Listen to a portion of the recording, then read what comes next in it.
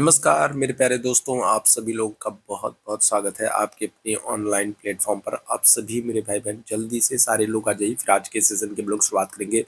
और बीएड प्रवेश परीक्षा 2026 के एग्जाम को ध्यान में रखते हुए जीके जीएस के बहुत ही महत्वपूर्ण वाले प्रश्नों को करने वाले हैं, जो कि आपके एग्जाम के लिए काफी इंपॉर्टेंट हो सकते हैं। तो जितने मेरे भाई बहन जुड़ते चल रहे हैं, आप लोगों से निवेदन करूंगा, सेशन को लाइक कर दीजिएगा, शेयर कर दीजिएगा, चैनल पर पहली बार है सब्सक्राइब कर लीजिएगा। चैट बॉक्स में आपको टेलीग्राम का लिंक दिख रहा है, टेलीग्राम चैनल से नहीं जुड़े हैं तो जरूर जुड़ जाएगा, वहीं पर आपको इस क्लास की पीडीएफ और बहुत सारी इंपॉर्टेंट अपडेट्स मिलती रहती है। तो चलिए शुरू करेंगे आज की क्लास को। बीएड प्रवेश परीक्षा 2026 के एग्जाम को ध्यान में रखते हुए हम लोग जीके जीएस के क्वेश्चंस को करने वाले हैं, और ये जो प्रश्न है ये कला वर्ग और विज्ञान वर्ग दोनों के लिए महत्वपूर्ण होने वाले हैं।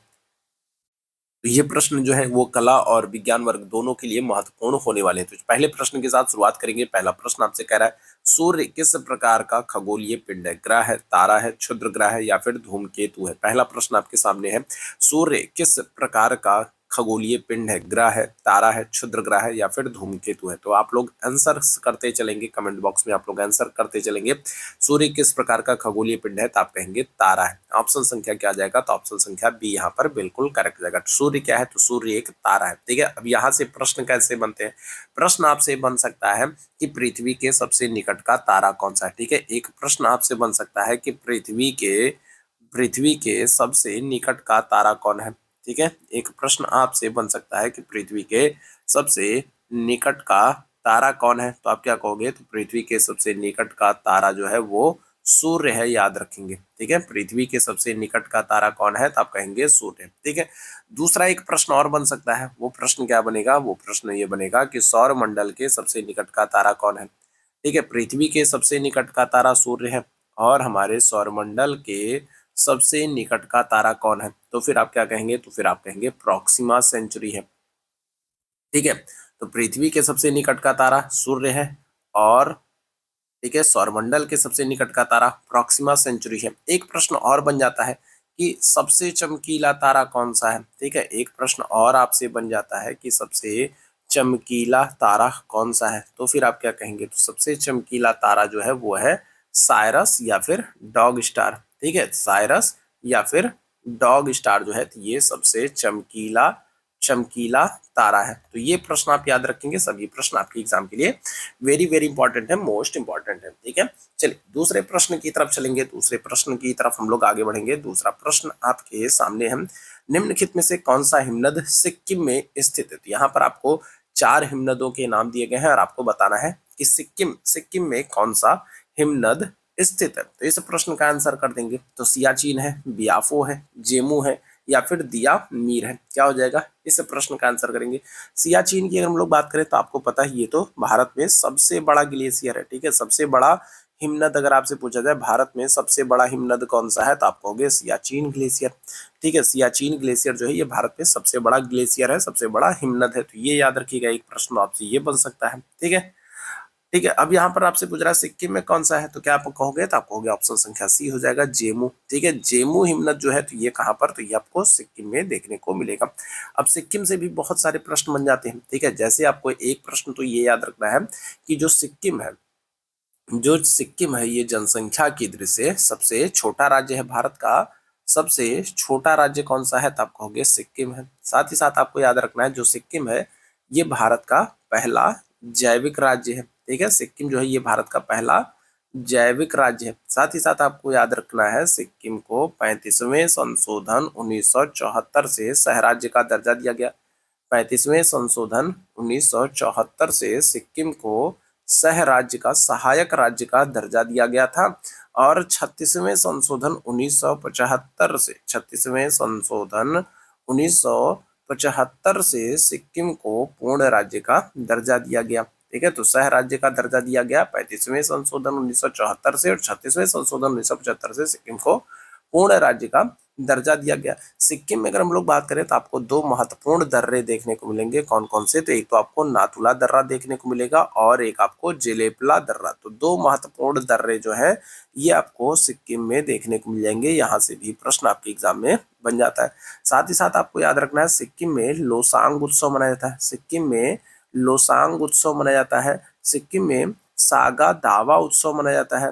सिक्किम में लोसांग उत्सव मनाया जाता है, सागा दावा उत्सव मनाया जाता है और सिक्किम में भूमचू उत्सव मनाया जाता है। तो ये सारे उत्सव जो हैं ये कहाँ पर, तो ये सिक्किम में मनाए जाते हैं। और सिक्किम में आपको कौन सा, तो जेमू, ठीक है, कौन सा, तो जेमू ग्लेशियर देखने को मिलेगा। तो ऑप्शन संख्या क्या आ जाएगा, तो सी आंसर कर देंगे। क्लियर है।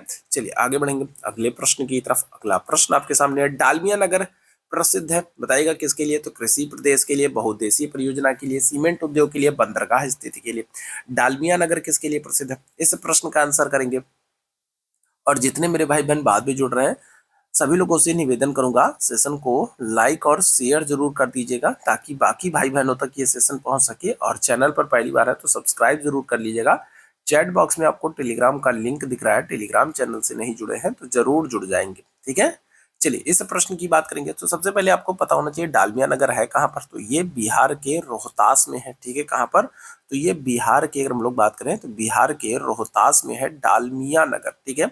और ये किसके लिए प्रसिद्ध है, तो आप कहोगे सीमेंट उद्योग के लिए फेमस है। ठीक है, किसके लिए, तो आप कहोगे सीमेंट उद्योग के लिए फेमस है। अच्छा, रोहतास के संदर्भ में दो चीजें आपको याद रखनी, पहला तो ये याद रखना है कि ये बिहार का सबसे अधिक साक्षर जिला है। ठीक है, तो सबसे अधिक साक्षरता आपको कहाँ पर, बिहार में सबसे अधिक साक्षरता जो है वो आपको रोहतास जिले में देखने को मिलेगी, बिहार के रोहतास जिले में।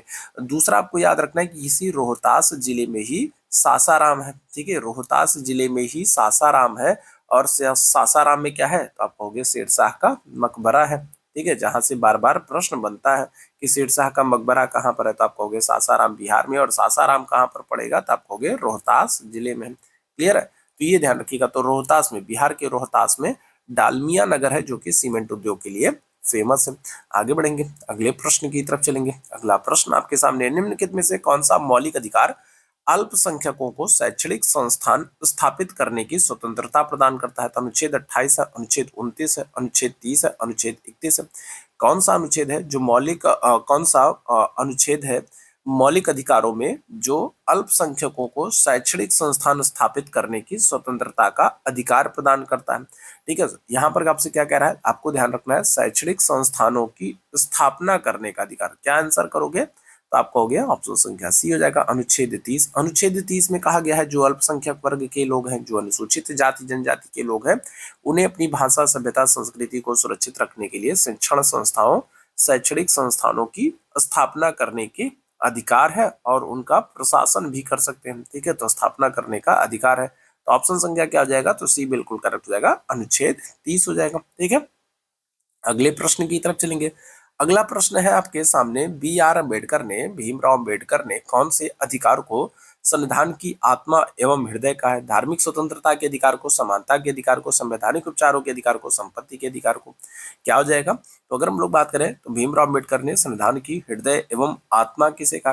देखो, धार्मिक स्वतंत्रता की बात करेंगे तो ये आपको अनुच्छेद 25 से 28 में आपको धार्मिक स्वतंत्रता के अधिकार देखने को मिलेंगे। समानता के अधिकार की बात करेंगे तो ये आपको अनुच्छेद 14 से 18 में देखने को मिलेंगे। संवैधानिक उपचारों के अधिकार की बात करेंगे तो ये आपको अनुच्छेद 32 में देखने को मिलेंगे। संपत्ति का अधिकार पहले 31 में था जिसको अब समाप्त करके कहां पर, तो अनुच्छेद 300 का में कर दिया गया। तो वर्तमान में आपको अनुच्छेद 300 का में 300 ए में आपको संपत्ति का अधिकार देखने को मिलेगा। अब आपसे पूछ रहा भीमराव अम्बेडकर ने, बाबा साहब भीमराव अम्बेडकर ने संविधान की हृदय महात्मा किसे कहा, तो आप कहोगे संवैधानिक उपचारों के अधिकार को, अनुच्छेद 32 को। ऑप्शन संख्या सी बिल्कुल करेक्ट हो जाएगा, संवैधानिक उपचारों के अधिकार को, अनुच्छेद 32 को भीमराव अम्बेडकर ने संविधान की हृदय आत्मा का, ऑप्शन संख्या सी बिल्कुल करेक्ट हो जाएगा। अगले प्रश्न की तरफ चलेंगे, अगले प्रश्न का आंसर करेंगे। यहाँ पर आपको खेल और खिलाड़ियों के नाम दिए गए हैं और आपको मिलान करना है। ठीक है, तो आपको खेल और खिलाड़ियों के नाम दिए गए हैं और कोट के आधार पर आपको मिलान करना है। तो डी गुकेश है, हरमनप्रीत सिंह है, मनु भाकर है, हॉकी है, शूटिंग है, शतरंज है। चलिए जल्दी से सारे मेरे भाई मिलान कर देंगे, क्या हो जाएगा इस प्रश्न का, बहुत ही शानदार सा प्रश्न है। ठीक है, तो गुकेश है, डी गुकेश है, हरमनप्रीत सिंह है, मनु भाकर है, हॉकी है, शूटिंग है, शतरंज है। एक तरफ खिलाड़ी है, दूसरी तरफ खेल है और सही मिलान आपको करना है। तो डी गुकेश की अगर हम लोग बात करेंगे तो डी गुकेश जो है तो इनका संबंध तो शतरंज से है। डी गुकेश का संबंध किससे है, तो आप कहोगे शतरंज से। पहले का तीसरा हो जाएगा भाई, पहले का तीसरा हो जाएगा। ठीक है, हरमनप्रीत सिंह की बात करेंगे तो हरमनप्रीत सिंह जो है तो इनका संबंध किससे है, तो ये आप कहोगे हॉकी टीम से है। ठीक है, हॉकी से। मनु भाकर की बात करेंगे, इनका संबंध शूटिंग से है। तो पहले का तीसरा, दूसरे का पहला। ठीक है, पहले का तीसरा, और दूसरे का पहला और तीसरे का दूसरा। ऑप्शन संख्या डी हमारा बिल्कुल एकदम करेक्ट हो जाएगा। ठीक है, तो ऐसे प्रश्न भी आपकी बीएड प्रवेश परीक्षा में पूछे जाएंगे, तो ऐसे प्रश्नों के लिए भी बिल्कुल आपको तैयार रहना है। ठीक है, चलिए अगले प्रश्न की तरफ चलेंगे। ग्लोबल फायर पावर इंडेक्स 2025 में भारत का स्थान क्या है? पहला है, दूसरा है, तीसरा है, चौथा है, क्या हो जाएगा? ग्लोबल फायर पावर इंडेक्स 2025 में भारत का स्थान क्या है? क्या हो जाएगा? पहला है, दूसरा है, तीसरा है, चौथा है, क्या हो जाएगा? बताइएगा। बहुत ही अच्छा सा करंट अफेयर का प्रश्न है और ये आप लोगों के लिए महत्वपूर्ण है। आपके एग्जाम में करंट अफेयर के यहाँ से प्रश्न बन सकते हैं। आपसे पूछ रहा है, चलिए जल्दी से बता देंगे क्या आ जाएगा। तो ग्लोबल फायर पावर इंडेक्स 2025 में भारत का स्थान क्या है? आप कहोगे चौथा स्थान है। ठीक है, क्या आ जाएगा? तो चौथा स्थान है। ठीक है, पहले स्थान पर अगर आपसे पूछा जाए पहले स्थान पर कौन है, तो आप कहोगे अमेरिका है। ठीक है, दूसरे स्थान पर हम लोग बात करें, दूसरे स्थान पर कौन है, तो आप कहोगे रूस है। ठीक है, कौन है? रूस है। और तीसरे स्थान पर हम लोग बात करेंगे, तीसरे स्थान पर कौन है, तो आप कहोगे चाइना है। ठीक है, कौन है? चीन है। और चौथा स्थान जो है वो अपने प्यारे भारत का है। तो ऑप्शन संख्या डी बिल्कुल करेक्ट हो जाएगा। अगले प्रश्न की तरफ चलेंगे। अगला प्रश्न आपके सामने, सितंबर 2024 में भारत के अगले वायुसेना प्रमुख के रूप में किसे नियुक्त किया गया? तो महत्वपूर्ण जो नियुक्तियां हैं, तो वहां से भी प्रश्न आपके एग्जाम में बन सकता है, तो उसको भी आपको याद रखना है। ठीक है, सितंबर 2024 में भारत के अगले वायुसेना प्रमुख के रूप में किसे नियुक्त किया गया है? राकेश कुमार सिंह भदौरिया है, विवेक राम चौधरी है, अमनप्रीत सिंह है, अरूप राहा है। क्या हो जाएगा? तो सितंबर 2024 में भारत के अगले वायुसेना प्रमुख के रूप में किसे नियुक्त किया गया है? राकेश कुमार सिंह भदौरिया, विवेक राम चौधरी, अमरप्रीत सिंह, अरूप राहा। क्या हो जाएगा? चलिए जल्दी से सारे मेरे भाई आंसर करेंगे। चलिए जल्दी से सारे लोग आंसर करेंगे। तो क्या हो जाएगा? तो आप कहोगे ऑप्शन संख्या सी हो जाएगा, अमरप्रीत सिंह हो जाएंगे। ठीक है, कौन है? तो आप कहोगे अमरप्रीत सिंह हो जाएंगे। ऑप्शन संख्या सी बिल्कुल करेक्ट है। ठीक, अगले प्रश्न का आंसर करते हैं। राष्ट्रीय मखाना अनुसंधान केंद्र कहाँ पर स्थित है? महत्वपूर्ण है भाई, महत्वपूर्ण है। बताएंगे क्या हो जाएगा? तो मखाना अनुसंधान केंद्र आपसे पूछ रहा है। और अभी आपको पता है मोदी जी ने भी मखाने की तारीफ की थी। ठीक है, बिहार में गए थे तो वहां पर उन्होंने मखाने की तारीफ की थी। ठीक है, तो बताइएगा क्या हो जाएगा। चलिए जल्दी से बताएंगे। तो पटना है, चंपारण है, दरभंगा या फिर पूर्णिया। तो क्या हो जाएगा? तो आप कहोगे दरभंगा हो जाएगा। ठीक है, दरभंगा। और ठीक है, तो राष्ट्रीय मखाना अनुसंधान केंद्र कहाँ पर आपको देखने को मिल जाएगा? तो दरभंगा में देखने को मिल जाएगा।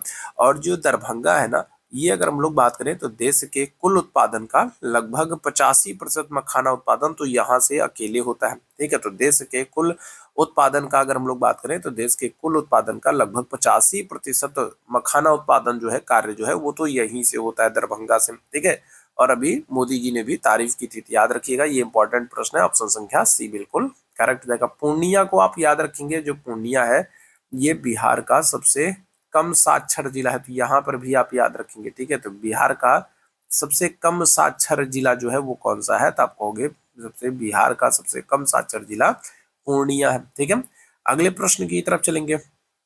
मगध साम्राज्य का संस्थापक कौन था? अजातशत्रु था, अशोक था, अशोक थे, बिंबिसार थे या फिर बिंदुसार थे? मगध साम्राज्य के संस्थापक कौन थे? क्या आंसर हो जाएगा? बताएंगे मगध साम्राज्य। ठीक है, मगध की आपसे राजधानियां भी पूछी जाती हैं। तो जो पहली राजधानी थी वो क्या थी? तो आप कहोगे गृहब्रज। ठीक है, गृहब्रज या फिर राजगृह कहोगे। ठीक है, तो पहली राजधानी क्या थी? तो आप कहोगे गृहब्रज या फिर राजगृह, आपको पहली राजधानी देखने को मिल रही है। और फिर बाद में जो राजधानी बनती है वो होती है पाटलिपुत्र होती है। ठीक है, फिर बाद में राजधानी जो होगी वो क्या होगी? तो वो पाटलिपुत्र हो जाएगी। संस्थापक कौन है? तो आप क्या कहेंगे? तो संस्थापक आप कहेंगे मगध साम्राज्य का जो संस्थापक है वो बिंबिसार था। ठीक है, कौन था? बिंबिसार था। किस वंश का था? तो बिंबिसार जो है ये हर्यक वंश का शासक था। ठीक है, कौन से? तो हर्यक वंश का संस्थापक था बिंबिसार, जिसने मगध साम्राज्य की स्थापना की। मगध साम्राज्य का संस्थापक भी माना जाता है। और आप याद रखेंगे जो ये बिंबिसार है इसको श्रेणिक भी कहा जाता था। ठीक है, क्या करते थे? तो इसको श्रेणिक भी कहा जाता था, बिंबिसार को श्रेणिक भी कहा जाता था। ठीक है, ये याद रखना। ठीक, अजातशत्रु की बात करें, अजातशत्रु को कुणिक कहा जाता था, अजातशत्रु को कुणिक कहा जाता था।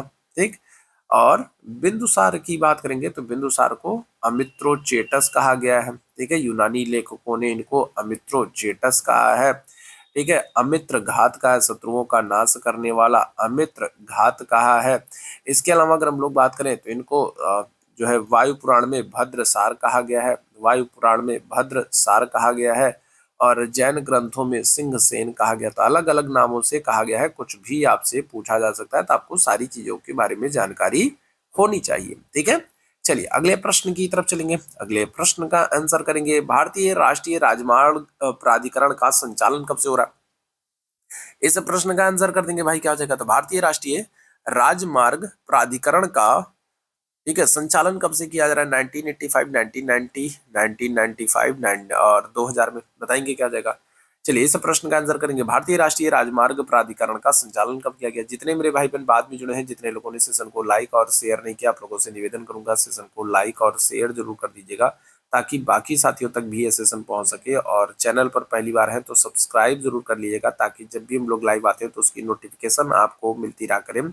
और बीएड प्रवेश परीक्षा 2026 के एग्जाम को ध्यान में रखते हुए हम लोग बहुत ही महत्वपूर्ण वाले प्रश्नों को कर रहे हैं, जहां से आपके एग्जाम में प्रश्न पूछाने की संभावना सबसे अधिक है, सबसे प्रबल है। ऑप्शन संख्या क्या आ जाएगा, तो आपको सी हो जाएगा, 1995 हो जाएगा।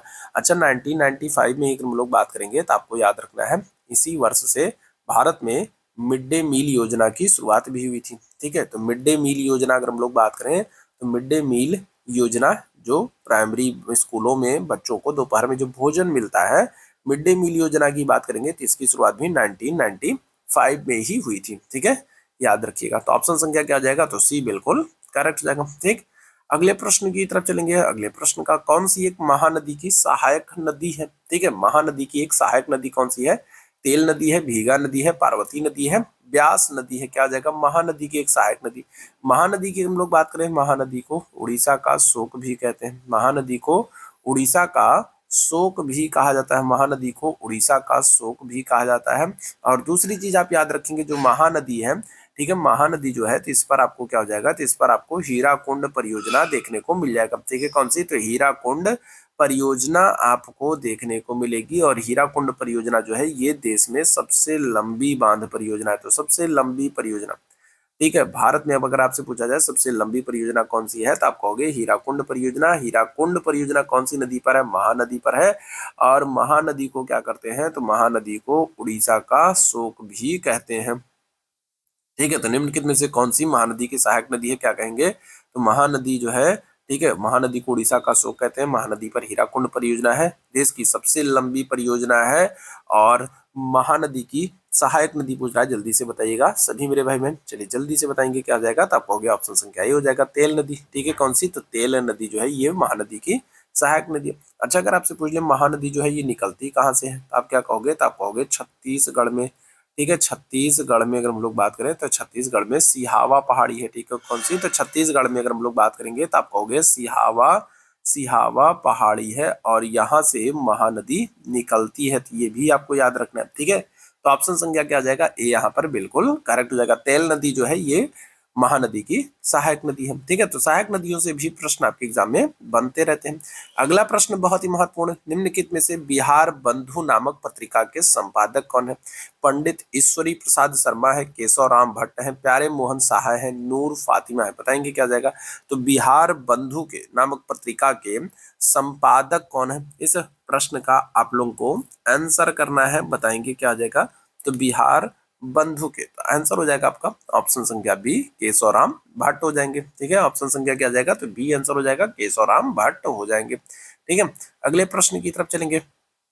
अगले प्रश्न का आंसर करेंगे, निम्न में से कौन सा मृदा क्षरण का कारण नहीं है? नहीं है आपसे पूछा जा रहा है, कौन सा मृदा क्षरण का कारण नहीं है? स्थानांतरित कृषि है, समोच्च सीढ़ी नुमा कृषि है, अतिचारण है, या फिर एकल फसल है। क्या हो जाएगा, तो कौन सा मृदा क्षरण का कारण नहीं है? तो स्थानांतरित कृषि। स्थानांतरित कृषि जो होता है, एक स्थान पर कृषि करते हैं, जंगलों को काटते पीटते हैं, ठीक है, पेड़ों वेड़ों को काटते हैं, वहां पर खेती करते हैं और फिर आगे बढ़ जाते हैं। तो पेड़ों को काटेंगे तो फिर क्या होगा, तब तो मृदा क्षरण होगा ही होगा। तो स्थानांतरित कृषि तो बिल्कुल नहीं हो सकती है। अतिचारण, पशुओं का बहुत अधिक अतिचारण करते हैं, जिससे क्या होता है, जिससे पेड़ पौधे वनस्पतियां और जो घास है वो समाप्त हो जाती है, और जब वो समाप्त हो जाती है तो मृदा का क्षरण होगा। तो ये भी बिल्कुल सही है। एकल फसल अगर हम लोग बात करेंगे ये भी होगा। समोच्च सीढ़ी नुमा कृषि जो है ये पहाड़ी क्षेत्रों में की जाती है और ये मृदा क्षरण को रोकने का काम करती है। तो ये एक है, ध्यान रखिएगा किसके कारण मृदा क्षरण नहीं होता है, तो आप क्या कहोगे, तो सीढ़ी नुमा कृषि करने के कारण मृदा क्षरण नहीं होता है। पहाड़ी क्षेत्रों पर सीढ़ी नुमा कृषि होती है और इसका उद्देश्य क्या होता है, मृदा क्षरण को रोकना। ऑप्शन संख्या बी यहाँ पर बिल्कुल करेक्ट हो जाएगा। ठीक है, मृदा क्षरण को और कैसे हम रोक सकते हैं, तो क्या हो जाएगा, तो आप कहोगे पेड़ पौधे वनस्पतियां लगा करके। ठीक है, कैसे, तो पेड़ पौधे वनस्पतियां लगा करके भी हम क्या कर सकते हैं, वनस्पतियां लगा करके भी मृदा क्षरण को रोक सकते हैं। ठीक है, सीढ़ी नुमा खेत बना करके मृदा क्षरण रोक सकते हैं। ठीक है, क्या कर सकते हैं, तो सीढ़ी नुमा कृषि करके भी हम मृदा क्षरण को रोक सकते हैं। मेड़ बांध करके, ठीक है, क्या करके, तो जो खेत होते थे खेतों के किनारे मेड़ बांध करके भी हम क्या कर सकते हैं, मेड़ बांध करके भी मृदा क्षरण को रोक सकते हैं। ठीक है, अतिचारण जो हो रहा है, अतिचारण पशुओं को जो बहुत अधिक चराया जा रहा है उनका अतिचारण हो रहा है, तो उसको भी कम करके हम मृदा क्षरण को रोक सकते हैं। तो मृदा क्षरण को रोकने के कई सारे, ठीक है, उपाय हैं जो हमको करने चाहिए।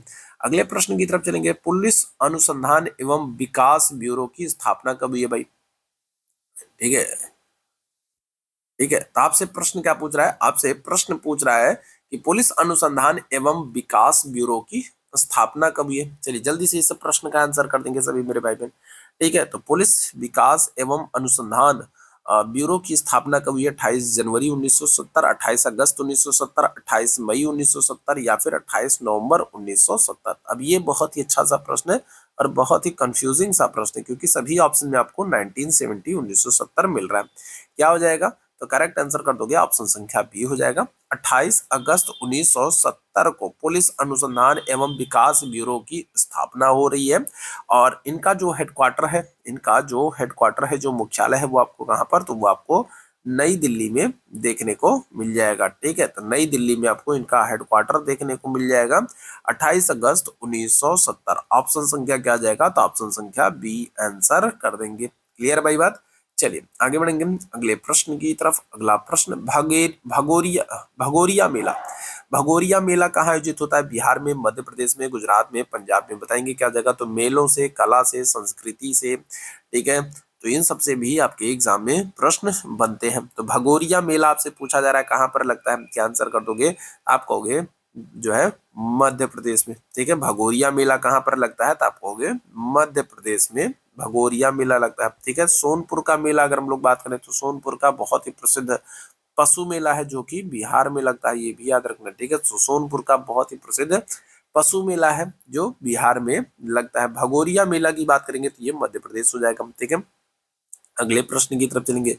निम्नलिखित में से कौन लोकसभा की पहली महिला अध्यक्ष थी? सुषमा स्वराज है, सुमित्रा महाजन है, मीरा कुमार है, सुचेता कृपलानी है? बताइएगा क्या हो जाएगा, तो लोकसभा की पहली महिला अध्यक्ष आपसे पूछा जा रहा है। ठीक है, चलिए जल्दी से सारे मेरे भाई आंसर करेंगे क्या हो जाएगा, तो देखो सुचेता कृपलानी की हम लोग बात करेंगे तो ये भारत में पहली महिला मुख्यमंत्री थी। सुचेता कृपलानी की हम लोग बात करेंगे तो ये तो भारत में पहली महिला चीफ मिनिस्टर थी, मुख्यमंत्री थी। और किस राज्य की बन रही हैं, तो आप कहोगे उत्तर प्रदेश की। ठीक है, उत्तर प्रदेश में पहली महिला मुख्यमंत्री थी सुचित्रा कृपलानी और ये देश की पहली महिला मुख्यमंत्री। ठीक है, यहाँ पर करेक्ट आंसर हो जाएगा आपका मीरा कुमार हो जाएगा। ठीक है, मीरा कुमार जो है तो ये लोकसभा की पहली महिला अध्यक्ष थी। कौन सी लोकसभा की इन्होंने अध्यक्षता की थी, तो आप कहोगे 15वीं लोकसभा की। ठीक है, इन्होंने 15वीं लोकसभा की अध्यक्षता की थी, जिसका समय क्या था, जिसका समय था 2009 से 2014 तक। ठीक है, तो 2009 से लेकर के 2014 तक 15वीं लोकसभा की अध्यक्ष थी मीरा कुमार और लोकसभा की पहली महिला अध्यक्ष बन रही है। ठीक है, वहीं सुमित्रा महाजन की हम लोग बात करें तो ये 16वीं लोकसभा की। ठीक है, मतलब कि 2014 से लेकर के 2019 तक। ठीक है, तो सुमित्रा महाजन की हम लोग बात करेंगे तो ये 16वीं लोकसभा की अध्यक्ष थी 2014 से लेकर के 2019 तक और ये दूसरी महिला अध्यक्ष है। ठीक है, ये ठीक है लोकसभा की दूसरी महिला, सेकेंड महिला, ठीक है, अध्यक्ष है, याद रखेंगे। तो दूसरी महिला अध्यक्ष लोकसभा की पूछा जाए तो आप कहोगे सुमित्रा महाजन, पहली महिला अध्यक्ष पूछा जाए तो आप कहोगे मीरा कुमार। तो ऑप्शन संख्या बी यहाँ पर बिल्कुल करेक्ट हो जाएगा। अगले प्रश्न की तरफ चलेंगे। निम्नलिखित में से कौन सी बौद्ध संगीत में कथा वस्तु नामक ग्रंथ का संकलन किया गया? तो अगर आपसे पूछा जाए तो देखो 4 बौद्ध संगीतियां हो रही हैं, पहली, दूसरी, तीसरी, चौथी। ठीक है, पहली बौद्ध संगीति अगर आपसे पूछा जाए पहली बौद्ध संगीति आप कहोगे अजात शत्रु के समय में होगी, ठीक है। पहली बौद्ध संगीति, ठीक है, किसके समय में, तो आप कहोगे अजात शत्रु के समय में होगी। और कहाँ पर होगी, तो आप कहोगे राजगृह में होगी, ठीक है। कहाँ पर, तो राजगृह में पहली बौद्ध संगीति हो रही है। दूसरी अगर हम लोग बात करें तो दूसरी जो है वो वैशाली में होगी, और ये किसके समय में हो रही है, तो ये आप कहोगे काला अशोक के समय में हो रही है। दूसरी बौद्ध संगीत की बात करेंगे तो वैशाली में हो रही है, काला अशोक के समय में हो रही है। तीसरी बौद्ध संगीत अगर आपसे पूछा जाए तो ये कहाँ पर होगी, तो ये आप कहोगे पाटलिपुत्र में होगी। किसके समय में होगी, तो आप कहोगे अशोक के समय में। तीसरी बौद्ध संगीति जो है पाटलिपुत्र में होगी, अशोक के समय में होगी। चौथी बौद्ध संगीति अगर हम लोग बात करें तो ये कहाँ पर होगी, तो ये कुंडलवन कश्मीर में होगी, ठीक है। कहाँ पर, तो कुंडलवन कश्मीर में चौथी बौद्ध संगीति होगी। किसके समय में होगी, कनिष्क के समय में होगी। तो ये आपको याद रखना, ठीक है, कि कब कौन सी बौद्ध संगीत किसके समय में हो रही है, ठीक है, कहाँ पर हो रही है, किसके समय में हो रही है, ये आपको याद रखना। आपसे पूछ रहा कौन सी बौद्ध संगीत में कथा वस्तु नामक ग्रंथ का संकलन किया गया था, क्या हो जाएगा भाई, तो आप कहोगे तीसरी बौद्ध संगीति, ठीक है। कौन सी, तो तीसरी बौद्ध संगीति में कथा वस्तु नामक बौद्ध ग्रंथ का संकलन किया गया था। तीसरी बौद्ध संगीति जो है ये पाटलिपुत्र में हो रही है। किसके समय में, अशोक के समय में। ऑप्शन संख्या सी बिल्कुल करेक्ट हो जाएगा, ठीक है। चलिए आगे बढ़ेंगे अगले प्रश्न की तरफ। अगला प्रश्न, चंद्रगुप्त मौर्य ने सेल्यूकस को कब पराजित किया था। चंद्रगुप्त मौर्य की बात करेंगे तो इन्होंने सेल्यूकस को कब पराजित किया था, 315 ईसा पूर्व में, 310 ईसा पूर्व में, 305 ईसा पूर्व में, या फिर 300 ईसा पूर्व में। क्या कहोगे आप कहोगे 305 ईसा पूर्व में, ठीक है। चंद्रगुप्त मौर्य जो है इन्होंने सेल्यूकस निकेटर को 305 ईसा पूर्व में पराजित किया था। और इसी के बाद आपको पता है कि सेल्यूकस का एक राजदूत था जिसका नाम क्या था, जिसका नाम था मेगस्थनीज, ठीक है। इसी के बाद आपको पता है कि सेल्यूकस का एक राजदूत था जिसका नाम क्या था, जिसका नाम था मेगस्थनीज। और ये क्या कर रहा है, तो ये भारत आएगा, ठीक है। ये चंद्रगुप्त मौर्य के समय में भारत आएगा। और इसकी पुस्तक का नाम आपसे पूछा जाता है तो आप कहोगे इंडिका है, ठीक है। तो मेगस्थनीज किसका राजदूत था, सेल्यूकस का राजदूत था, जो कि चंद्रगुप्त मौर्य के समय में आएगा, चंद्रगुप्त मौर्य के दरबार में आएगा। और इसकी पुस्तक का नाम आपसे पूछा जाता है इंडिका। चंद्रगुप्त मौर्य ने सेल्यूकस को कब पराजित किया था, आप कहोगे 305 ईसा पूर्व में। अगले प्रश्न की तरफ चलेंगे, स्वराज मेरा जन्मसिद्ध अधिकार है और मैं इसे लेकर के रहूंगा, ये कथन किसका है। महात्मा गांधी है, जवाहरलाल नेहरू है, सुभाष चंद्र बोस है, बाल गंगाधर तिलक है। अब ये तो आसान सा प्रश्न है, ठीक है। तो स्वराज मेरा जन्मसिद्ध अधिकार है और मैं इसे लेकर के रहूंगा, कब कहा गया था, ठीक है, कब कहा गया था, तो आप कहोगे 1916 में लखनऊ अधिवेशन हो रहा है, ठीक है। कांग्रेस का कौन सा, तो कांग्रेस का लखनऊ अधिवेशन हो रहा है, ठीक है। कौन सा, कांग्रेस का लखनऊ अधिवेशन हो रहा है 1916 में। और इसी अधिवेशन में कहा गया था कि स्वराज तो मेरा जन्मसिद्ध अधिकार है और भाई मैं इसे लेकर करूंगा चाहे जो भी हो जाए। और किसने कहा था, आप कहोगे ऑप्शन संख्या बी हो जाएगा, बाल गंगाधर तिलक हो जाएंगे, ठीक है। तिलक की अगर हम लोग बात करें तो इनकी एक पुस्तक है जिसका नाम क्या है, जिसका नाम है गीता रहस्य, ठीक है। बाल गंगाधर तिलक की एक पुस्तक है जिसका नाम है गीता रहस्य। साथ ही साथ आपको याद रखना इनकी दो पत्रिकाएं हैं, एक है मराठा और एक है केसरी, ठीक है। तो मराठा और केसरी इनकी दो पत्रिकाएं हैं। इसके अलावा आपको याद रखना है इन्होंने महाराष्ट्र में गणेश उत्सव और शिवाजी उत्सव की शुरुआत की है, ठीक है। बाल गंगाधर तिलक ने महाराष्ट्र में गणेश उत्सव और शिवाजी उत्सव की शुरुआत की है, याद रखिएगा, ठीक है। तो बाल गंगाधर तिलक बहुत ही इंपॉर्टेंट लीडर है, ठीक है। उग्रवाद से गर्म दल वाले नेता हैं, बहुत इंपॉर्टेंट है, ठीक है। अगले प्रश्न की तरफ चलेंगे, अगले प्रश्न का आंसर करेंगे। 1917 की रूसी क्रांति का प्रमुख नेता कौन था। अब देखो एक प्रश्न डायरेक्ट आपसे बन सकता है कि जो ये रूसी क्रांति है ये कब हो रही है, ठीक है। एक प्रश्न आपसे डायरेक्ट बन सकता है कि रूसी क्रांति कब हो रही है, तो आप क्या कहोगे, तो आप कहोगे 1917 में, 1917 में रूसी क्रांति हो रही है। और इस क्रांति का नेता कौन था, जोसेफ स्टालिन है, लियोन ट्रोट्स्की है, व्लादिमीर लेनिन है, निकोलस द्वितीय है। क्या हो जाएगा, तो आप कहोगे व्लादिमीर लेनिन हो जाएंगे। ऑप्शन संख्या सी बिल्कुल करेक्ट हो जाएगा, लेनिन। 1917 में रूसी क्रांति का प्रमुख नेता कौन था, आप कहोगे लेनिन है। ऑप्शन संख्या सी बिल्कुल करेक्ट हो जाएगा, ठीक है। और इसी क्रांति का परिणाम था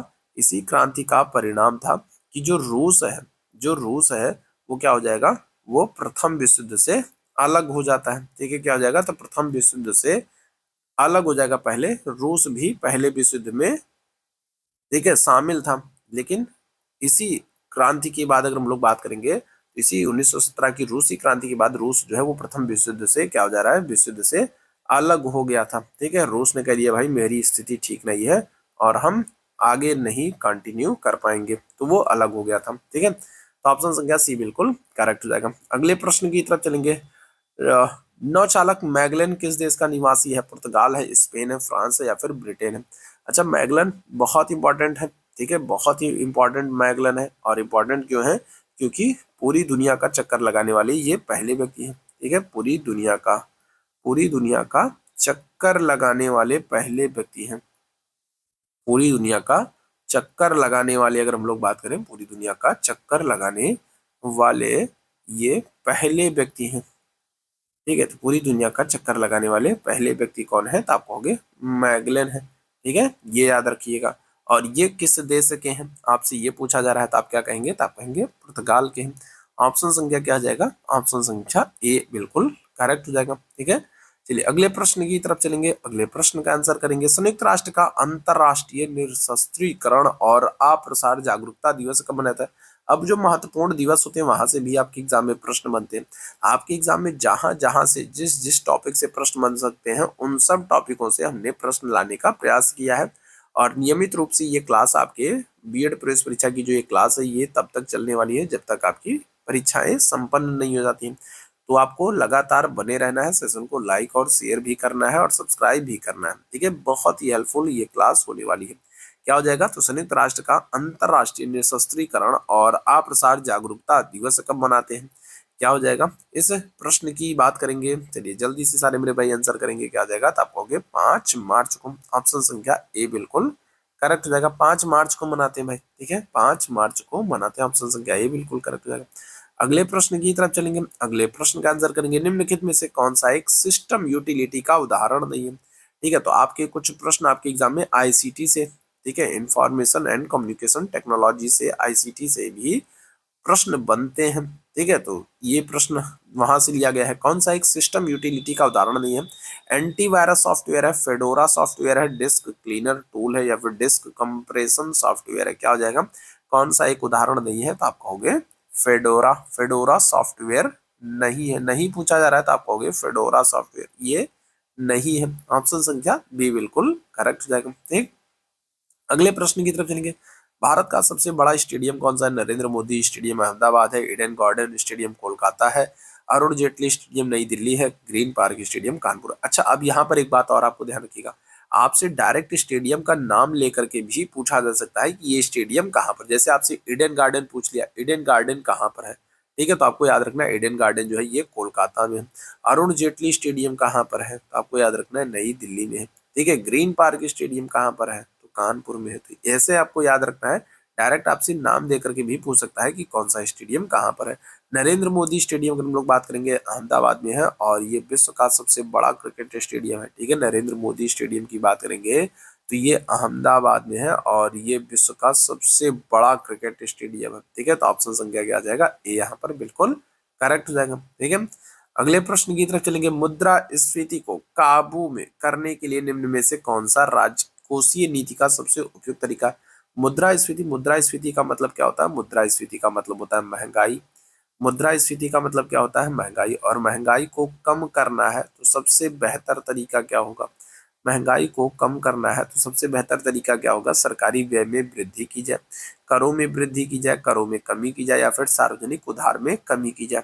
ठीक है, तो महंगाई अगर बढ़ रही है, मुद्रास्फीति हो रही है, तो सब उसको नियंत्रित करने का सबसे अच्छा तरीका यह है कि टैक्स को बढ़ाया जाए, करों में वृद्धि कर दी जाए। ठीक है, करों में वृद्धि कर दी जाएगी तो लोग क्या करेंगे? लोग विलासितापूर्ण सामानों का इस्तेमाल कर जो है कम कर देंगे और जब कम कर देंगे तो महंगाई अपने आप कम हो जाएगी। तो ऑप्शन संख्या क्या आ जाएगा? तो बी आंसर कर देंगे। ठीक है, चलिए अगले प्रश्न की तरफ चलेंगे। निम्नलिखित में से कौन से प्रधानमंत्री एवं राज्यसभा के सदस्य थे?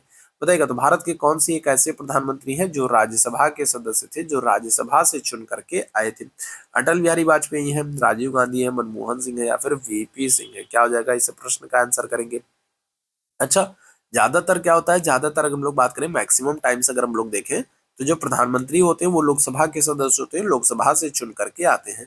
लेकिन हमेशा ऐसा हो ये जरूरी नहीं है। ठीक है, तो कुछ ऐसे भी प्रधानमंत्री हैं जो राज्यसभा के सदस्य थे और राज्यसभा से वो भारत के प्रधानमंत्री बने हैं। तो कौन हो जाएंगे? तो आप कहोगे मनमोहन सिंह हो जाएंगे। ठीक है, कौन हो जाएंगे? मनमोहन सिंह हो जाएंगे। मनमोहन सिंह की एक बहुत ही महत्वपूर्ण पुस्तक है जिसका नाम क्या है, तो जिसका नाम है चेंजिंग इंडिया। ठीक है, क्या आ जाएगा, इनकी एक बहुत ही महत्वपूर्ण पुस्तक है, मनमोहन सिंह जी की एक बहुत ही महत्वपूर्ण पुस्तक है जिसका नाम है चेंजिंग इंडिया। मनमोहन सिंह एक भारत के ऐसे प्रधानमंत्री हैं जो राज्यसभा से चुने गए थे। इसी तरीके से अगर हम लोग इंदिरा गांधी जी की बात कर ले तो इंदिरा गांधी जी भी राज्यसभा से चुनी गई थी। ठीक है, इंदिरा गांधी जी की हम लोग बात करें तो ये भी राज्यसभा से ही प्रधानमंत्री पद के लिए चुनी गई थी। और इंदिरा गांधी जी जो है तो इनकी पुस्तक का नाम क्या है, तो आप कहोगे माई ट्रुथ। ठीक है, मेरा सच माई ट्रुथ जो है तो ये इंदिरा गांधी जी का, ठीक है, इंदिरा गांधी जी की पुस्तक है। और इंदिरा गांधी जी है, मनमोहन सिंह है, ये सब लोग जो है राज्यसभा के सदस्य थे और वहीं से प्रधानमंत्री बन रहे हैं। जवाहरलाल नेहरू राष्ट्रीय शहरी नवीनीकरण मिशन योजना का प्रारंभ कब हुआ है? चलिए इस प्रश्न का आंसर कर देंगे। तो जवाहरलाल नेहरू राष्ट्रीय शहरी नवीनीकरण मिशन का प्रारंभ कब किया गया है, ये प्रश्न पूछा जा रहा है। चलिए जल्दी से सारे मेरे भाई आंसर कर देंगे, क्या हो जाएगा, तो जवाहरलाल नेहरू राष्ट्रीय शहरीकरण शहरी नवीनीकरण मिशन का प्रारंभ कब किया गया है, तो आप क्या कहोगे, तो आप कहोगे 3 दिसंबर 2005 को किया गया। ऑप्शन संख्या क्या आ जाएगा, तो बी यहाँ पर बिल्कुल करेक्ट हो जाएगा। ठीक है, ऑप्शन संख्या बी बिल्कुल करेक्ट हो जाएगा। अगले प्रश्न का आंसर करिएगा, निम्न में से कौन सा प्राकृतिक पारिस्थितिक तंत्र का उदाहरण है? तो वन है, पार्क है, शहर है, शॉपिंग मॉल है, क्या हो जाएगा, तो कौन सा एक प्राकृतिक पारिस्थितिक तंत्र का उदाहरण है, क्या हो जाएगा, चलिए जल्दी से बताएंगे। तो प्राकृतिक की बात हो रही है। ठीक है, प्राकृतिक की बात हो रही है तो शहरों की हम लोग बात करें तो ये तो मानव निर्मित है, शहरों का निर्माण मानव के द्वारा होता है। शॉपिंग मॉल की बात करेंगे तो इसका निर्माण मानव के द्वारा होता है। पार्कों की बात करेंगे इनका निर्माण मानव के द्वारा होता है। प्राकृतिक पारिस्थितिक तंत्र का उदाहरण क्या हो जाएगा, तो आप कहोगे वन है। ठीक है, जो जंगल है ये क्या हो जाएंगे, ये प्राकृतिक पारिस्थितिक तंत्र के उदाहरण हो जाएंगे। ठीक है, अगले प्रश्न की तरफ चलेंगे। अगला प्रश्न, एड्स एक घातक बीमारी है जो होती है प्रोटोजोआ के द्वारा, कवक के द्वारा, जीवाणु के द्वारा या फिर विषाणु के द्वारा। ठीक है, तो एड्स अगर हम लोग बात करें तो हर साल 1 दिसंबर को हम लोग एड्स के प्रति जागरूकता फैलाने के लिए एड्स जागरूकता दिवस के रूप में मनाते हैं। ठीक है, तो अगर हम लोग बात करें तो हर साल हम लोग एड्स दिवस मनाते हैं 1 दिसंबर को। क्यों मनाते हैं, तो एड्स के प्रति जागरूकता फैलाने के उद्देश्य से हर साल 1 दिसंबर को एड्स दिवस मनाते हैं। एड्स एक घातक बीमारी है जो किससे होती है, तो आप क्या कहोगे, तो आप कहोगे वायरस से होती है। आपको पता है HIV वायरस से। ठीक है, क्या हो जाएगा, तो आप कहोगे HIV वायरस से एड्स होता है, तो विषाणु जनित है। ऑप्शन संख्या क्या आ जाएगा, तो डी बिल्कुल करेक्ट आंसर हो जाएगा। ठीक है, चलिए अगले प्रश्न की तरफ चलेंगे। अगले प्रश्न का आंसर करेंगे, सरदार सरोवर बांध कौन सी नदी पर है? यमुना नदी पर है, गोदावरी नदी पर है, नर्मदा नदी पर है, गंगा नदी पर है। ठीक है, सरदार सरोवर परियोजना कौन सी नदी पर है, क्या आंसर करेंगे, तो आप कहेंगे सरदार सरोवर परियोजना जो है वो नर्मदा नदी पर है। ठीक है, ऑप्शन संख्या क्या जाएगा, तो सी बिल्कुल करेक्ट हो जाएगा। अच्छा, नर्मदा नदी पर हम लोग बात करें तो यहाँ पर आपको धुआंधार जलप्रपात भी देखने को मिलेगा। ठीक है, कौन सा, तो यहाँ पर आपको धुआंधार जलप्रपात धुआंधार जलप्रपात भी आपको देखने को मिलेगा और कपिल धारा जलप्रपात भी देखने को मिलेगा। ठीक है, कौन सा, तो कपिल धारा, तो धुआंधार जलप्रपात और कपिल धारा जलप्रपात।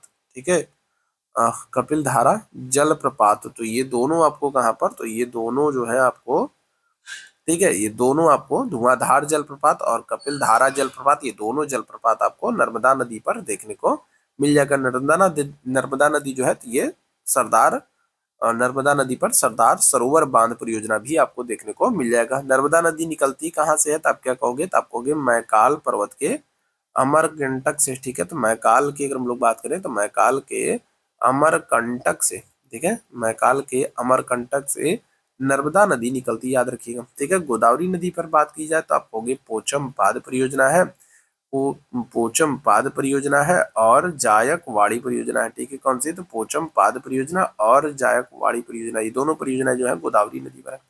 ठीक है, अगले प्रश्न की तरफ चलेंगे। कार्बन डाइऑक्साइड का कारण बनता है व्हाइट हाउस प्रभाव, लाल गृह प्रभाव, ब्लैक हाउस प्रभाव या फिर ग्रीन हाउस प्रभाव। तो कार्बन डाइऑक्साइड अगर हम लोग बात करें तो किसके कारण है, कार्बन डाइऑक्साइड अगर हम लोग बात करें तो आप कहोगे ग्रीन हाउस गैसों के प्रभाव है। ठीक है, ग्रीन हाउस गैसों में कौन कौन आते हैं, तो आप कहोगे कार्बन डाइऑक्साइड है। ठीक है, ग्रीन हाउस गैसों में कौन कौन आते हैं, तो आप क्या कहोगे, तो आप कहोगे कार्बन डाइऑक्साइड हो जाएगा। ठीक है, कार्बन डाइऑक्साइड हो जाएगा। इसके अलावा ओजोन है। ठीक है, ओजोन जो है ये भी ग्रीन हाउस गैस है। जलवाष्प अगर हम लोग बात कर लें, ठीक है, जलवाष्प अगर आपसे कहा जाए, जलवाष्प हो गया, ओजोन हो गया, कार्बन डाइऑक्साइड हो गया, इसके अलावा नाइट्रस ऑक्साइड हो गया जिसको आप लाफिंग गैस भी कहते हो, नाइट्रस ऑक्साइड हो गया जिसको आप लाफिंग गैस भी कहते हो। इसके अलावा ठीक है सीएफसी हो गया, क्लोरोफ्लोरोकार्बन हो गया, ठीक है क्या हो गया, तो सीएफसी हो गया, क्लोरोफ्लोरोकार्बन हो गया, कार्बन डाइऑक्साइड हो गया, ओजोन हो गया, जलवाष्प हो गया, नाइट्रस ऑक्साइड हो गया, मीथेन हो गया, ठीक है मीथेन हो गया। ये सब क्या है, ये सब के सब ग्रीन हाउस गैस हैं। ऑप्शन संख्या डी बिल्कुल करेक्ट आंसर हो जाएगा। ठीक है, चलिए आगे बढ़ेंगे, अगले प्रश्न की तरफ चलेंगे। अगले प्रश्न का आंसर करेंगे सभी मेरे भाई बहन। अगला प्रश्न, रूस जापान युद्ध कब हुआ था? 1905 में, 1902 में, 1907 में, इनमें से कोई नहीं। क्या हो रहा है, तो रूस और जापान युद्ध कब हो रहा है, किस वर्ष हो रहा है, ये प्रश्न आप लोगों को बताना है। करेक्ट आंसर क्या कर देंगे, तो आप कहेंगे ऑप्शन संख्या ए हो जाएगा, 1905 में रूस जापान युद्ध हो रहा है। और इस युद्ध में अगर हम लोग बात करेंगे तो जापान विजयी हो गया था। जापान जो छोटा सा देश है, इसने क्या किया था, उतने बड़े और शक्तिशाली रूस देश को पराजित कर दिया था। तो जापान विजयी हुआ था। रूस जापान युद्ध 1905 में हुआ था। महत्वपूर्ण घटना है कि एशिया में एक छोटा सा देश, जिसे बहुत ही छोटा सा कमजोर सा देश माना जाता था, उसने विश्व के सबसे शक्तिशाली सबसे बड़े रूस जैसे देश को पराजित कर दिया था। चलिए इस प्रश्न की बात करेंगे। बीज, उर्वरक, मशीनरी इत्यादि जैसे महत्वपूर्ण इनपुट एक प्रणाली बनाते हैं जिसे कहा जाता है वस्तु विनिमय प्रणाली, जल प्रणाली, कृषि प्रणाली, या फिर उपरोक्त सभी। क्या हो जाएगा, तो बीज है, उर्वरक है, मशीनरी है, और ये सारी चीजें मिलकर के एक महत्वपूर्ण इनपुट एक प्रणाली बनाते हैं जिसे क्या कहते हैं, आपको हो गया ऑप्शन संख्या सी हो जाएगा, कृषि प्रणाली कहते हैं। ऑप्शन संख्या क्या जाएगा, तो सी बिल्कुल करेक्ट आंसर हो जाएगा। ठीक है, अगले प्रश्न की तरफ चलेंगे। अगले प्रश्न का आंसर करेंगे, भारतीय राष्ट्रीय कांग्रेस की स्थापना किस वर्ष हुई है और इसके संस्थापक कौन है? आसान सा प्रश्न है, बेशक को तो किसी को गलत नहीं करना चाहिए। कांग्रेस की स्थापना कब हो रही है, तो आप क्या कहेंगे, तो आप कहेंगे 1885 में, 1885 में कांग्रेस की स्थापना हो रही है। कौन करेंगे, तो आप कहोगे ए ओ ह्यूम, अलेन ऑक्टेवियन ह्यूम जो है ये कांग्रेस की स्थापना कर रहे हैं। कब कर रहे हैं, तो 1885 में। ठीक है, और डेट अगर आपसे पूछ ले तो आप कहोगे 28 दिसंबर। ठीक है, कब, तो 28 दिसंबर 1885 को, 1885 को भारतीय राष्ट्रीय कांग्रेस की स्थापना होगी। अलेन ऑक्टेवियन ह्यूम, ए ओ ह्यूम के द्वारा की जाएगी। ठीक है, पहली बैठक अगर आपसे पूछे कि पहली जो बैठक हो रही है वो कहाँ पर होगी, तो पहली बैठक जो है ये बम्बई में होगी। और इसकी अध्यक्षता कौन करेंगे, पहली बैठक की अध्यक्षता कौन करेंगे, तो आप कहोगे डब्ल्यू.सी. बनर्जी है। देखिए कौन है, तो डब्ल्यू.सी. बनर्जी अगर हम लोग बात करेंगे क्या हो जाएगा, तो इसकी अध्यक्षता करेंगे पहली बैठक की, जो कि बम्बई में होगी 1885 में। वर्नाकुलर प्रेस एक्ट किस किस वायसराय के समय में पारित हुआ है? रिपन है, लेटन है, इरविन है, या फिर कर्जन है?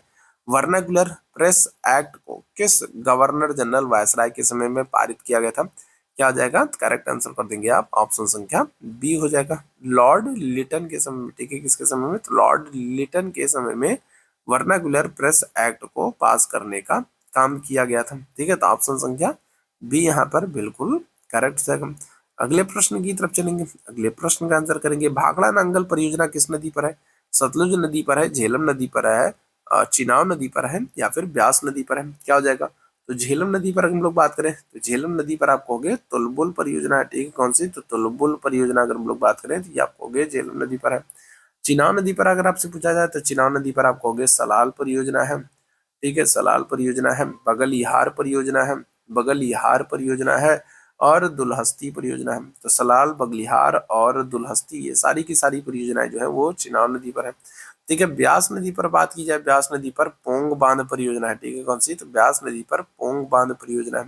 भाखड़ा नांगल परियोजना जो है ये सतलज नदी पर है। ऑप्शन संख्या क्या जाएगा, तो ए बिल्कुल करेक्ट हो जाएगा। ठीक है, चलिए अगले प्रश्न की तरफ चलेंगे भाई। अगले प्रश्न का आंसर करेंगे, गुरुत्वाकर्षण के खिंचाव उच्च ज्वार के दौरान समुद्र के पानी के ऊपर उठने का कारण बनता है। क्या हो जाएगा, तो अगर हम लोग बात करें तो किसके गुरुत्वाकर्षण खिंचाव जो है उच्च ज्वार के दौरान समुद्र के पानी के ऊपर उठने का कारण बनते हैं? तो शनि है, प्लूटो है, शुक्र है, या फिर चंद्रमा है? क्या हो जाएगा, तो आसान सा प्रश्न है, आपको हो गया ऑप्शन संख्या डी हो जाएगा। जब चंद्रमा की गुरुत्वाकर्षण शक्तियां पृथ्वी पर लगती हैं, जैसे मान लीजिए ये चंद्रमा है, ठीक है, और ये पृथ्वी है।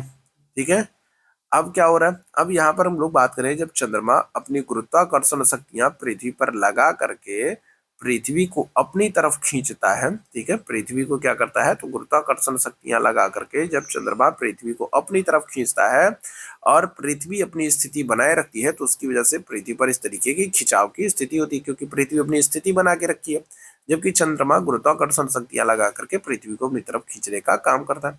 तो पृथ्वी पर इस स्थिति में इस तरीके से खिंचाव की स्थिति उत्पन्न होती है, और जब खिंचाव की स्थिति उत्पन्न होगी, जब इस तरीके से खिंचाव की बार बार स्थिति उत्पन्न होगी, तो फिर क्या होगा, तो पृथ्वी पर जो समुद्र है उनके जल जो है, तो उनमें क्या होगा, उनमें आपको उच्च जो है ज्वार भाटा देखने को मिलेगा, ऊंची ऊंची लहरें देखने को मिलेंगी।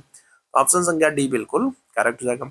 अगले प्रश्न की तरफ चलेंगे। भारत में निर्वाचन क्षेत्रों को विभाजित किया गया है जनसंख्या के आधार पर, क्षेत्र के आधार पर, जनप्रतिनिधियों की इच्छा के अनुसार अनुसार या फिर इनमें से कोई नहीं, किया जाएगा। तो अगर आप देखोगे जो भारत में जो चुनाव होते हैं, तो चुनाव के दौरान अलग अलग क्षेत्र बांटे गए होते हैं। ठीक है, जैसे सांसदीय क्षेत्र हो गया, विधायकी क्षेत्र हो गया, तो क्षेत्रों का विभाजन किया गया, और ये जो विभाजन किया गया है ये किस आधार पर किया गया है, क्षेत्र के आधार पर, जनसंख्या के आधार पर, या फिर इच्छा अनुसार कर दिया गया है, या फिर इनमें से कोई नहीं। आप कहोगे जनसंख्या के आधार पर, ठीक है, निर्वाचन क्षेत्रों का विभाजन होता है। ऑप्शन संख्या ए यहाँ पर बिल्कुल करेक्ट हो जाएगा। ठीक है, ऑप्शन संख्या क्या आ जाएगा, ए बिल्कुल करेक्ट हो जाएगा। अगले प्रश्न की तरफ चलेंगे। चूना पत्थर का उपयोग किस उद्योग में होता है, पटसन में, सीमेंट में, एल्यूमिनियम या फिर चीनी में। तो चूना पत्थर उद्योग की अगर हम लोग बात करेंगे, तो चूना पत्थर उद्योग जो है, चूना पत्थर का उपयोग जो है ये किस उद्योग में किया जाएगा, क्या कहेंगे, तो आप कहेंगे ऑप्शन संख्या बी हो जाएगा, सीमेंट उद्योग में करेंगे भाई। चूना पत्थर का इस्तेमाल कहाँ पर होगा, तो सीमेंट उद्योग में होगा। ऑप्शन संख्या बी बिल्कुल करेक्ट हो जाएगा। ठीक है, चलिए आगे बढ़ेंगे अगले प्रश्न की तरफ। भारत में संघ सरकार का प्रमुख कौन होता है, बताइएगा क्या जाएगा, राष्ट्रपति है, प्रधानमंत्री है, मुख्यमंत्री है, फिर लोकसभा अध्यक्ष है। तो अगर हम लोग बात करें तो जो संघ सरकार होती है भारत में, संघ सरकार जो होती है, संघ सरकार का प्रमुख कौन होता है, प्रमुख कौन होता है संघ सरकार। संघ का मतलब किससे है, केंद्र सरकार से, और केंद्र सरकार का प्रमुख कौन होता है, तो आप कहोगे प्रधानमंत्री होता है। ठीक है, अगर आपसे पूछा जाए शक्तियां किस में निहित होती हैं, ठीक है, अगर आपसे पूछा जाए संघीय कार्यपालिका शक्ति का प्रमुख कौन होता है, संघीय कार्यपालिका शक्तियां किसमें निहित होती हैं, तो आप कहेंगे राष्ट्रपति में। ठीक है, यहाँ पर आपसे पूछ रहा है संघ सरकार का प्रमुख कौन होता है, संघ सरकार का मतलब केंद्र सरकार से, और केंद्र सरकार का प्रमुख कौन होता है, तो आप कहोगे प्रधानमंत्री होता है। ऑप्शन संख्या क्या आ जाएगा, तो बी बिल्कुल करेक्ट हो जाएगा। ठीक है, अगले प्रश्न की तरफ चलेंगे। अगले प्रश्न का आंसर करेंगे, निम्नलिखित में से कौन सी संघीय राज्य की विशेषता नहीं है। लिखित है शक्तियों का, लिखित संविधान है, शक्तियों का विभाजन, एक गहरी शासन व्यवस्था, या फिर सर्वोच्च न्यायालय। तो कौन सी संघीय राज्य की विशेषता नहीं है, चलिए जल्दी से बताएंगे क्या आ जाएगा। नहीं पूछ रहा आपसे, इस बात को ध्यान रखिएगा। कौन सा संघीय राज्य की विशेषता नहीं है, लिखित संविधान नहीं है, शक्तियों का विभाजन नहीं है, गहरी शासन व्यवस्था नहीं है, या फिर सर्वोच्च न्यायालय नहीं है, क्या आ जाएगा, तो आप कहोगे इकहरी नागरिकता। ये संघीय राज्य की विशेषता नहीं, बल्कि ये संसदीय राज्य की व्यवस्था है। ठीक है, संसदीय राज्य की विशेषता है। इकहरी शासन व्यवस्था जो है ये संघीय राज्य की विशेषता नहीं है। भारत में अगर हम लोग बात करें तो आपको इकहरी शासन व्यवस्था आपको, ठीक है, संघीय राज्य की विशेषता नहीं है, क्या हो जाएगा, देखो लिखित संविधान भी आपको देखने को मिलेगा। संघीय राज्य में अगर हम लोग बात करें तो आपको शक्तियों का विभाजन भी देखने को मिलेगा, और सर्वोच्च न्यायालय भी देखने को मिलेगा। इकहरी शासन व्यवस्था आपको नहीं देखने को मिलेगा। इकहरी शासन व्यवस्था जो है ये आपको कहाँ पर, तो ये आपको अध्यक्षात्मक शासन, ठीक है, कहाँ पर, तो ये आपको अध्यक्षात्मक शासन में देखने को मिलती है, जैसे अमेरिका में। ठीक है, इकहरी शासन व्यवस्था आपको कहाँ पर, तो ये आपको अध्यक्षात्मक शासन में देखने को मिलती है। ऑप्शन संख्या सी यहाँ पर बिल्कुल करेक्ट हो जाएगा। ठीक है, तो ये आज का महत्वपूर्ण सेशन था। जीके जीएस के कुछ महत्वपूर्ण वाले प्रश्नों को हम लोगों ने डिस्कस किया है। उम्मीद है सेशन आप लोगों को पसंद आया होगा। सेशन पसंद आया हो तो सेशन को लाइक जरूर कीजिएगा, शेयर जरूर कर दीजिएगा, चैनल पर पहली बार हैं तो सब्सक्राइब जरूर कर दीजिएगा, और चैट बॉक्स में आपको टेलीग्राम का लिंक दिख रहा है, तो टेलीग्राम चैनल से नहीं जुड़े हैं तो जरूर जुड़ जाएगा। वहीं पर आपको इस क्लास की पीडीएफ और बहुत सारी इंपॉर्टेंट अपडेट्स मिलती रहेंगी। ठीक है, चलिए तो अभी के लिए हम लोग बस इतना ही करेंगे। थैंक यू सो मच आप सभी मेरे भाई बहनों को मेरे साथ जुड़ने के लिए। Thank you so much.